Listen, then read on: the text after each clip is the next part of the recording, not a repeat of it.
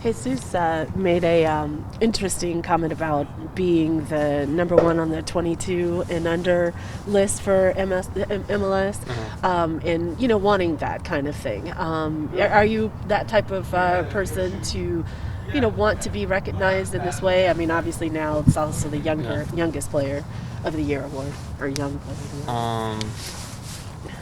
It's never a bad thing to get recognized like that. But honestly, I had no idea about the award until it was publicized. But yeah, I was happy. When you say you didn't have any idea, did you know that it was an award even? I knew it wasn't an award because I'd been on the list before. Okay.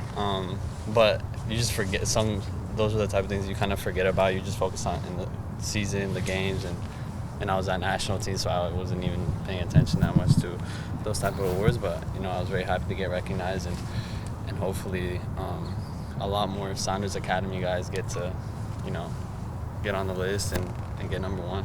You were given a little bit of a respite. You didn't go to NYC. What did you do, and how did that refresh you for the game? Yeah, just stepped away from the game a little bit, spent some time with my family and those closest to me. And yeah, just took like a mental break. Didn't play any soccer, didn't come into the facility at all. And that was good for me.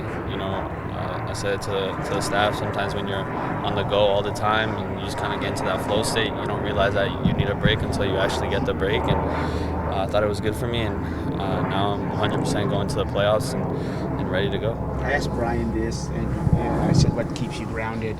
And he said, your family. Just how important obviously is, but have they been in just keeping you grounded and focused on, you're just honing your craft? Yeah, my family is the most important thing for me. That's what I do it for, and that's what motivated me when I left so young, was to come back home and have something to be proud of, something to show my work for, and that's what I keep doing it for. My family, and they keep me grounded because they tell me, my dad, my parents, they always tell me that I've accomplished a lot, but at the same time I've a long way to go, and it's not just about making it, but it's about making a long run in your career, and that's kind of what I live by. Will they make a big deal about this when you tell them?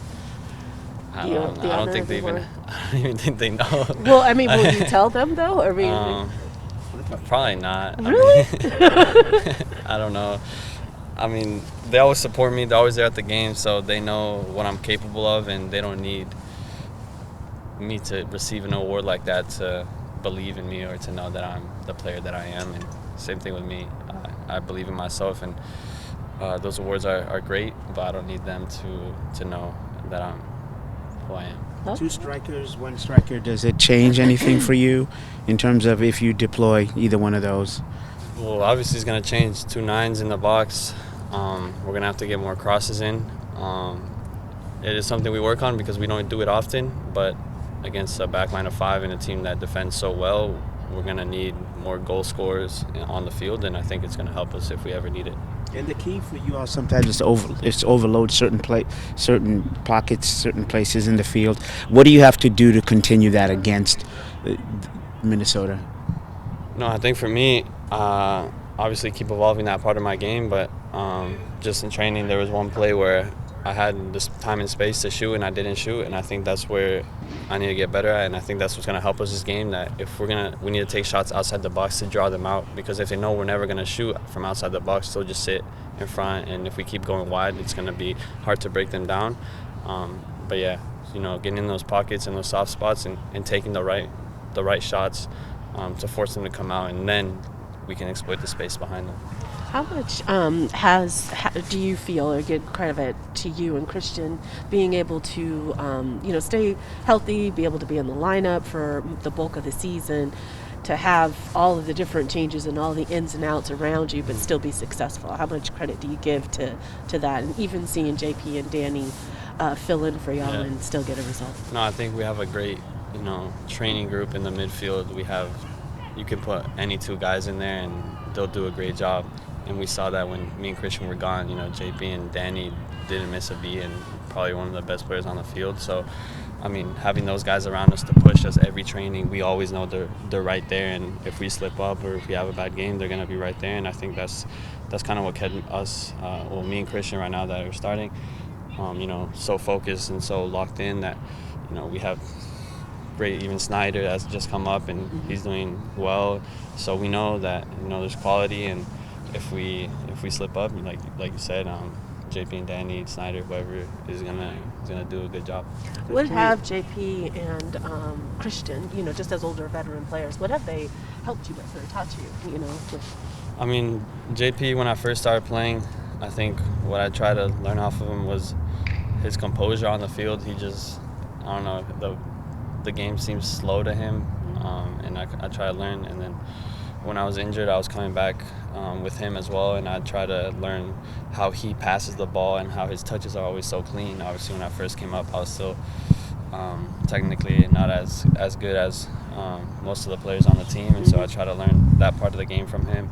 And then from Christian, it's just the mentality, the guy that he is in the locker room, the leader that he is, the captain. So there's always something to learn from my teammates, and I try to absorb as much as I can. There's a lot of season left. I don't want to have you look back, but given all the games you've played, the teams you've played, has the business side of this sunk in at all, or was this, you know what I mean? You're out there, you're playing, right? And you just play soccer and that's what you love. But there's a whole aspect of the business side of professional sports, whether transfers or the teams you've played. Does that make sense? You haven't reflected on it. That's fine. You're concentrating on the field. Yeah, I'm just playing, and that stuff I can't control. Yep. So I don't put too much thought into it, but it is definitely interesting, and it's part of the game. There's no ignoring it. But like I said, it all starts on the field, and that's what I try to focus on.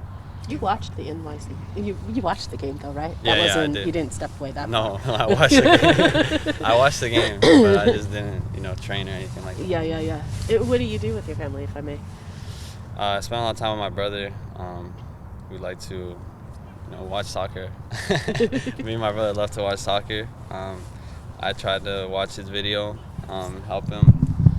My dad was here for a little bit. My mom wasn't here, but spend some time with my dad because he's not here a lot of the time. We like to go out and eat, and just talk about life and the sport. That's kind of what brings us together. So yeah, just vibe. Yeah. Obed, fuiste nombrado finalista como jugador juvenil del año en MLS. ¿Qué significa para ti estar como parte de ese grupo de jugadores con Alex Freeman y un jugador como Luna? Sí, son grandes jugadores. Freeman y Luna creo que han tenido una temporada increíble, y para mí es un orgullo estar allí.